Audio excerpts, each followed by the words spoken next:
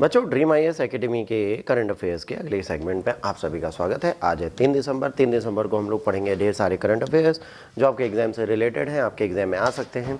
तो आइए current affairs का अपना आज का लेक्चर स्टार्ट करते हैं। करंट अफेयर्स में आज पहला है नोट्रे डेमे कैथेड्रल। ये एक चर्च है, इसका नाम न्यूज़ में आया है, नोट्रे डेमे कैथेड्रल। अच्छा, यहाँ पे कैथेड्रल वर्ड जहाँ आता है वहाँ पे आपको दो चीज़ें समझनी हैं। ईसाई धर्म दो रिलीजन के पार्ट में बटा हुआ है। जैसे ईसाई है वो दो हैं, एक है प्रोटेस्टेंट, एक है कैथेड्रल। कैथेड्रल और प्रोटेस्टेंट में क्या अंतर है, पहले ये यहाँ समझ लेते हैं। प्रोटेस्टेंट्स जो होते हैं उनके यहाँ जो हेड होते हैं उनको बोलते हैं पास्टर्स। क्या बोलते हैं? पास्टर्स। और ये चर्च नहीं जाती, ये जाते हैं असेंबली ऑफ गॉड। यहाँ के चर्च का नाम होता है असेंबली ऑफ गॉड। और यहाँ पर मूर्ति नहीं होती हैं, दे वर्शिप, है ना, ओमनीपोटेंट गॉड। मतलब ये कहते हैं हर जगह यीशु हैं, हर जगह यहोवा है, उनकी हम पूजा करेंगे। तो यहाँ पे पास्टर्स होते हैं। ये संगीत, गीत, नाचना, गाना और बाइबल को लगातार संडे को 8 से 2, 2 से 4 टाइम वेस्ट करना, बढ़िया से बैठते हैं, गाना गाते हैं, सब करते हैं। और यहाँ पर कन्वर्जन बहुत है। मतलब अगर आप कैथेड्रल और प्रोटेस्टेंट्स की बात करेंगे तो प्रोटेस्टेंट्स ज़बरदस्ती रिलीजन में कन्वर्जन की कोशिश करते हैं, कैथेड्रल नहीं करते।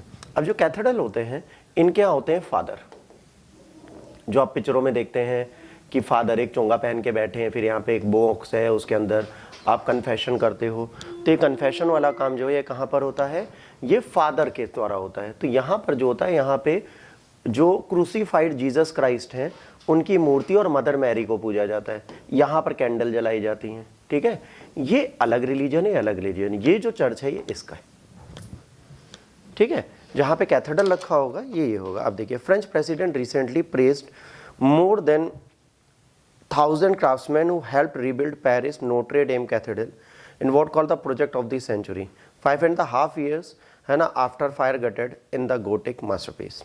अब कह रहे हैं ये आग में नष्ट हो गया था और उसके बाद इसको दोबारा बनाया गया है। तो फ्रांस में है, कहाँ पर है? फ्रांस में है। और फ्रांस में कहाँ पर है? पेरिस में है। तो फ्रेंच प्रेसिडेंट ने इसकी तारीफ की। ठीक है, पेरिस का ये चर्च है। ये पहली चीज़ है जो आपको याद रखनी है, क्योंकि दोबारा बनाया है 5.5 सालों बाद। ठीक, पहली न्यूज़ जो इससे रिलेटेड हुई।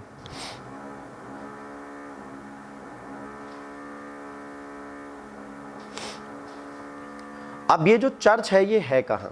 ठीक है, ये जो कैथेड्रल चर्च है ये लोकेट करता है पेरिस, फ्रांस में।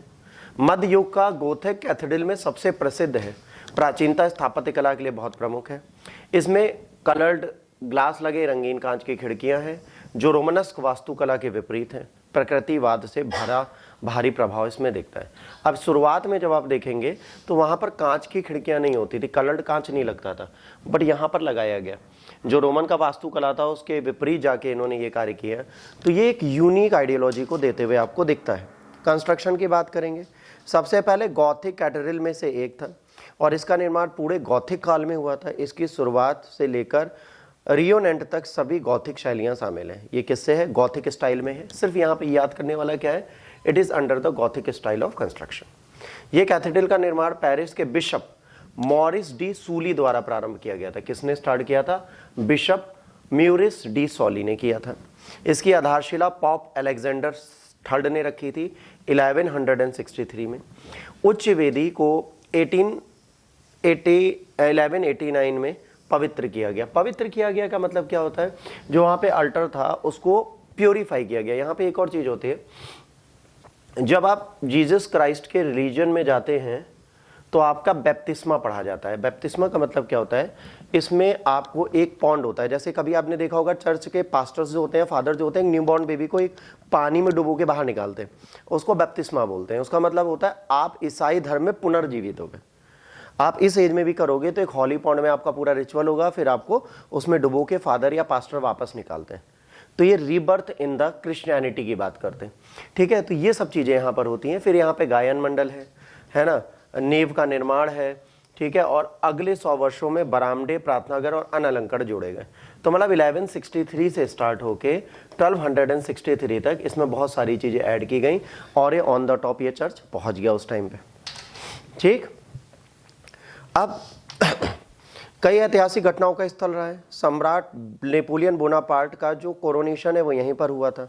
ठीक है, 1558 में फ्रांसिस द्वितीय और 1572 में हेनरी चतुर्थ, इन सब की शादियां भी यहीं पर हुई थी। तो ये इंपॉर्टेंट है, पहला नेपोलियन बोनापार्ट, उसके बाद फ्रांसिस सेकेंड एंड उसके बाद हेनरी चतुर्थ। इन तीनों के चक्कर में और फेमस हो गया। 15 अप्रैल 2019 को नोट्रे डेम में एक आग लग गई थी जिससे छत और इसके शिखर नष्ट हो गए थे। ये यूनेस्को की हेरिटेज साइट में काउंट होता है, ये यूनेस्को की हेरिटेज साइट में जुड़ा हुआ है, तो एक बहुत ज़रूरी चीज़ हमारे लिए बन जाती है। ठीक है, बहुत फेमस है, बहुत इंपॉर्टेंट चर्च है और ये हमें एग्जाम में पूछने के चांसेस हैं, 90% चांसेस हैं कि एग्जाम में आपसे पूछा जाए। ठीक।